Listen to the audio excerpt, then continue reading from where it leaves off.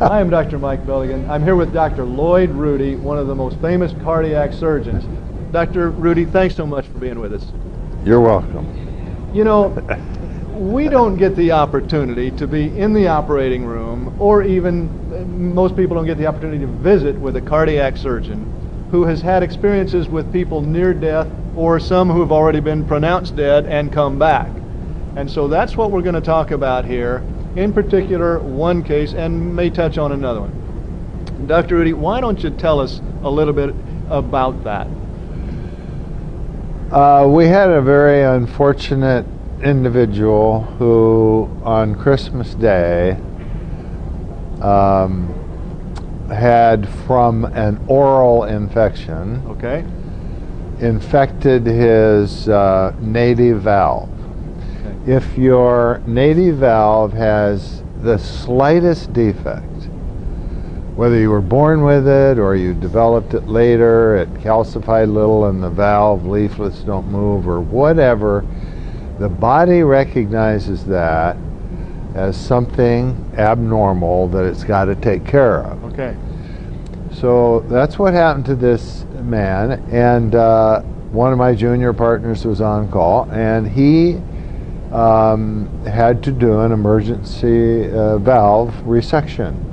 Once we were able to accomplish the repair of the aneurysm and the replacement of the valve, we could not get the person off of the bypass. Every time the 4 or 5 liters of blood that we were pumping around his body, we would reduce down to 2 or 3, he'd begin to weaken and his blood pressure would go down and so on. And to make a long story short, we simply couldn't get him off the heart-lung machine. Right. Finally, we just had to give up. I mean, we just said, we cannot get him off of the heart-lung machine, so we're going to have to pronounce him dead. Right. So we did that. And so the anesthesiologist turned his machine off, and the bellows that were breathing for the patient stopped. That machine was quiet. The anesthesiologist went into the surgeon's lounge. He hadn't eaten anything all day, so he went in to have a sandwich.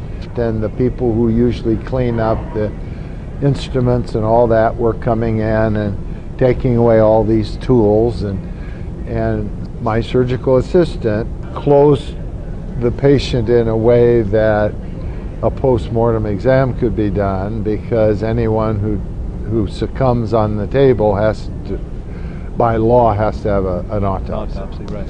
So he closed him up briefly, just a couple 3 wires here and a big stitch to close his soft tissue. Well, the machine that records the blood pressure and the pulse and the left atrial pressure and all the monitoring lines and things continued to run the paper out onto the floor in a big heap. Nobody bothered to turn it off. And then we put down a transesophageal echo probe, which is just a long tube that has a microphone on the end of it, and we can get a beautiful picture on a monitor of the heart beating. Well, that machine was left on, and the tape, the VCR tape, continued to run. Right. Well, the assistant surgeon and I went in and took our gowns off and gloves and masks and things, and came back, and we were in our short sleeve shirts, and we were standing at the door kind of discussing if there was anything else we could have done, any other medicines we could have given, whatever, right, to have made this a success. And as we were standing there, it had been at least 20 minutes. You know, I don't know this exact time sequence, but it was close to 20-25 minutes, right, that this man recorded no heartbeat, no blood pressure, and the echo showing no movement of the heart, just right, sitting there. And all of a sudden we looked up, And the surgical assistant had just finished closing him. And we saw some electrical activity.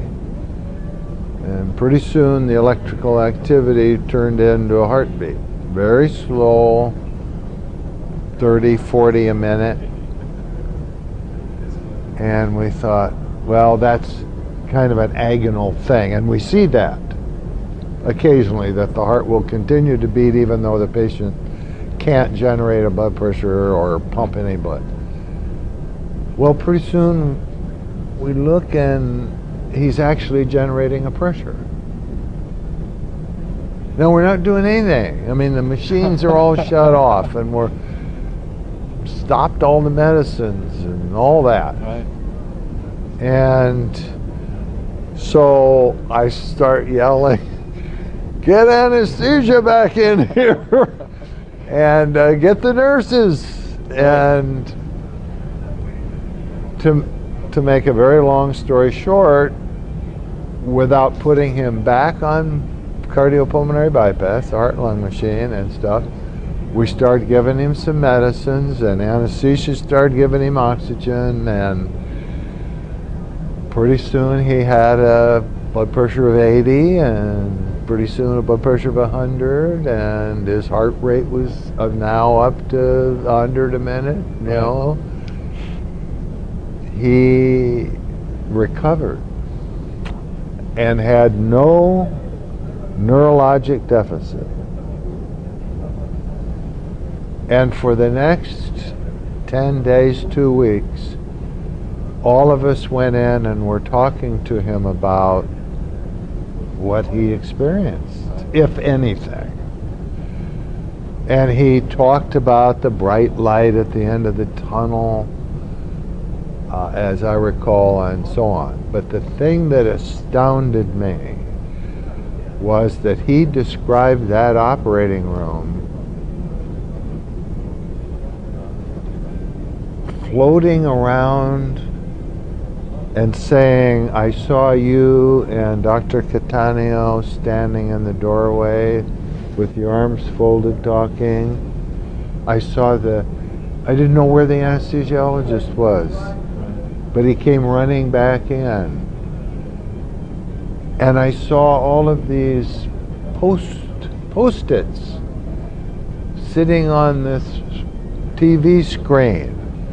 And what those were any call I got, the nurse would write down who called and the phone number and stick it on the monitor, and then the next post-it would stick to that post-it, and then I'd have a string of post-its of phone calls I had to make." He described that. I mean, there's no way he could have described that before the operation, because they didn't have any calls. No. Right? And he's sitting on, And he's lying on the, so he must have been floating. He was up there. Yeah. He described the scene, things that there is no way he knew. I mean, he didn't wake up in the operating room and see all this stuff. No. I mean, he was out. Right. And was out for, I don't know, even a day or two. Right. While we recovered him in the intensive care unit. So what does that tell you? What does that tell you? Was that his soul up there? It's hard to know. But It certainly brings that possibility into play. It always makes me very emotional. There have been other instances, like one other I remember so vividly was a guy who was on anticoagulation, medicines that keep you from clotting. And I don't even remember the operation or whatever, but we had to do him right away. And you try and reverse that as much as possible, but it's impossible to completely do it. And we were in there and we'd finished the surgery and we just simply could not stop this person from bleeding. Right. I mean, we pulled out every gun in the armory to try and get this everything you can possibly do. Yeah, and we finally decided we're not going to be able to stop this bleeding. Right. And all of a sudden,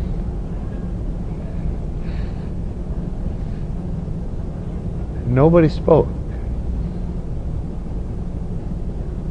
Because everybody in that room felt a presence. Right. And, I mean, the anesthesiologist and I talked about it afterwards. I mean, there was no question. There was a presence in that room. Right. And he stopped bleeding just like that. How do you explain that? What is your take on that, Dr. Rudy? Oh. There's something out there that, you know, people with faith believe is there. Some people call it God, some people call it other things, Buddha or Muhammad or whoever.